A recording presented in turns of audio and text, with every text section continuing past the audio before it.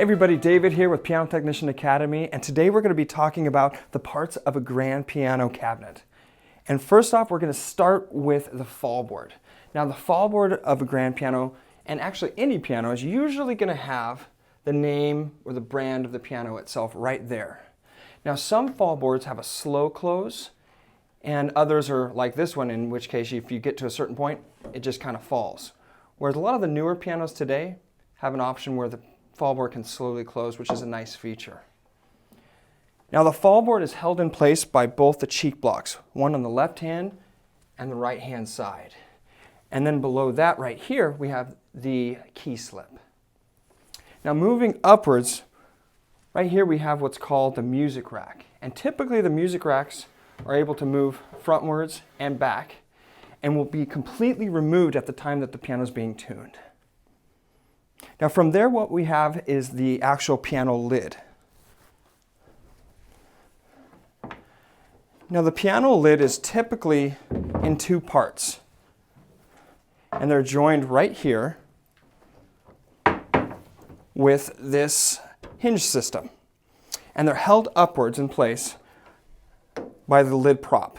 Now typically, a lot of pianos will have the one lid prop and it's just a larger one. This particular piano has two. And they have two resting points. And so the larger prop stick will always go to the resting point lowest down on the lid itself. And the smaller prop stick will be on the resting point closer to me right here at the end of the lid. Now keep in mind a safety precaution. Never put the lid prop, the large lid prop, this close at this resting point, because we need this to be at a 90-degree angle, because this can slide out, and we see that all the time in the field, customers saying, oh, by the way, little Johnny put it up here and it fell down, and the lid fell down on the piano. So always make sure that your lid props are held right here at this 90-degree angle. Now from the lid, we move down to the Lyre system. So let's go check it out.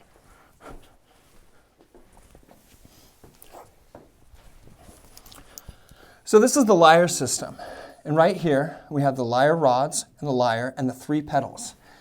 Now typically a piano will have three pedals: the una corda or soft pedal, the sostenuto middle pedal, and the far right sustain or damper pedal. And all these different pedals do three different functions, and we'll get into more of that later. So that's the basic parts of a piano and the case.